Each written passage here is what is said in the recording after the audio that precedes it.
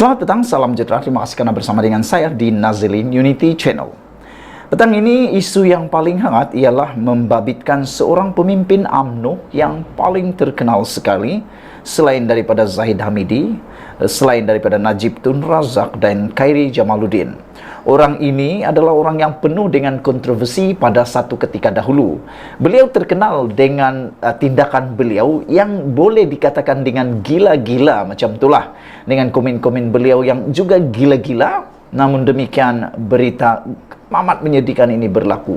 Anda mungkin masih ingat seorang pemimpin UMNO ini pernah membawa berus gigi dengan bertuala datang ke satu tempat, saya tak berapa ingat ke rumah siapa itu, dengan mengatakan perkara, dengan membawa kegila-gilaan itu, berus gigi, gayung dan juga bertuala.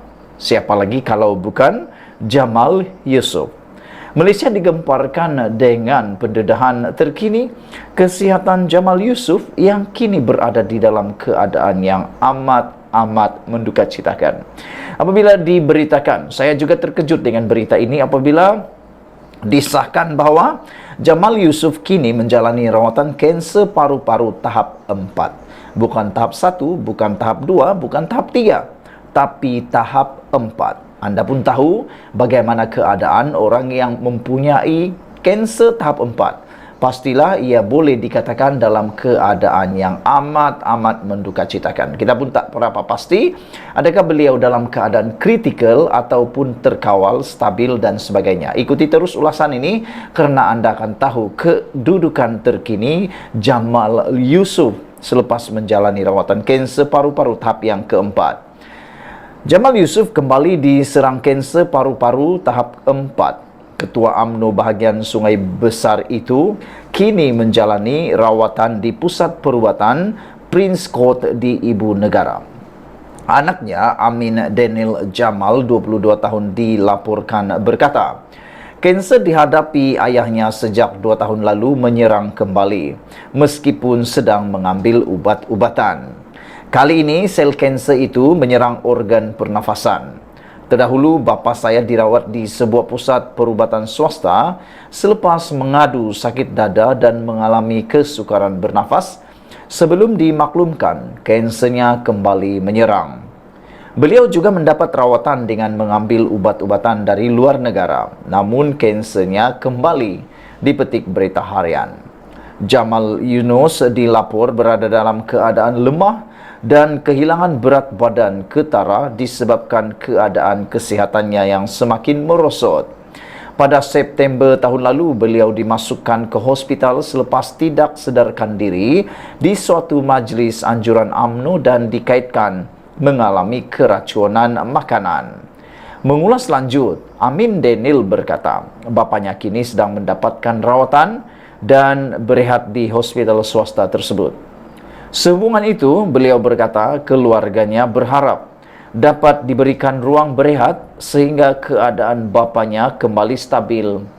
Buat masa ini, kami memohon diberikan ruang dan privasi kepada bapa saya kerana beliau masih menjalani rawatan berikutan tekanan mental berkaitan penyakitnya, kata beliau.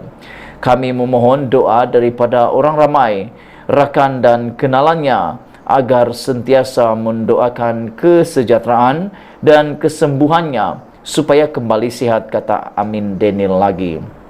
Yang mengejutkan kita ialah pengakuan daripada anak beliau ini dengan mengatakan bahawa bapa beliau kini mengalami tekanan mental berkaitan penyakitnya dan sedang menjalani rawatan berikutan tekanan mental berkaitan penyakit Jamal Yunus. Sekian dulu untuk kali ini. Jangan lupa tinggalkan komen anda, tekan butang subscribe. Kita doakan Jamal Yunus supaya sehat kembali. Bye-bye. Selamat petang, salam sejahtera. Terima kasih karena bersama dengan saya di Nazilin Unity Channel. Menggemparkan kita semua ialah baru dilantik sebagai Menteri Keuangan kedua, Amir Hamzah letak jawatan. Wow, ini betul-betul mengejutkan kita. Sudahlah kita dikejutkan dengan pelantikan Amir Hamzah sebagai menteri, yang tak pernah kita kenal ini. Saya secara pribadi pun baru kenal dengan beliau ini apabila membaca tentang biodata beliau, membaca tentang kepribadian beliau, pangkat-pangkat dan kejayaan beliau. Tiba-tiba pula kita dikejutkan dengan laporan Amir Hamzah letak jawatan lembaga pengarah SDP. Wah.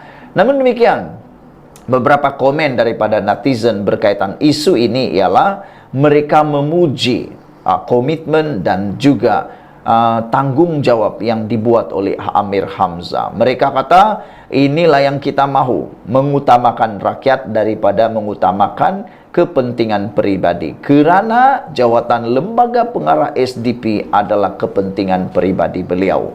Jadi dia sanggup melepaskan jawatan yang bukan calang-calang, jawatan yang bukan kecil-kecil, ini jawatan yang luar biasa, tapi dilepaskan oleh Amir Hamzah. Kita salut, kita tabik hormat Datuk Sri atau Tan Sri Amir Hamzah ini. Dan kita harap Amir Hamzah, Tan Sri Amir Hamzah dapat membantu membangunkan ekonomi Malaysia sekali lagi. Sam Dabi Plantation berkata, Amir Hamzah meletak jawatan pengarah bukan bebas, bukan eksekutif susulan pelantikan beliau sebagai Menteri Keuangan yang kedua. Sam Dabi Plantation Berhad SDP mengumumkan peletakan jawatan pengarah bukan bebas, bukan eksekutifnya, yaitu Amir Hamzah Azizan berikutan kedudukan semasa beliau sebagai Menteri Keuangan 2. Perdana Menteri Anwar Ibrahim melantik Amir Hamzah sebagai Menteri Keuangan kedua seiring dengan rombakan jemaah menteri pada Selasa lepas. Amir Hamzah dilantik ahli lembaga SDP pada 17 Februari 2023. Sebelum ini beliau adalah Ketua Pegawai Eksekutif Kumpulan Wang Simpanan Pekerja KWSP dan mempunyai lebih daripada 25 tahun pengalaman dalam sektor korporat. Amir Hamzah memiliki ijazah sarjana muda sains dalam pengurusan, pengkhususan dalam keuangan dan ekonomi dari Syracuse University, New York, Amerika Syarikat. SDP dalam makluman kepada Bursa Malaysia berkata, SDP mematuhi perenggan 15.02 keperluan penyenaraian pasaran utama Bursa Malaysia Security Berhad, memandangkan 4 daripada 8 ahli lembaga pengarah adalah pengarah bukan eksekutif bebas. Susulan peletakan jawatan Amir Hamzah sebagai pengarah bukan bebas, bukan eksekutif SDP, beliau tidak lagi menjadi ahli jawatan kuasa kelestarian SDP. Lembaga pengarah SDP merakamkan penghargaan kepada Amir Hamzah atas kepimpinan, komitmen dan dedikasi beliau terhadap kumpulan Sam Dabi Plantation dan Berhad. Saudara-saudara sekalian, ini adalah satu perkara yang memang kita amat banggakan apabila orang korporat, orang yang boleh kata pendapatannya sangat besar sebagai ahli korporat, sanggup membelakangi perkara tersebut untuk kepentingan negara.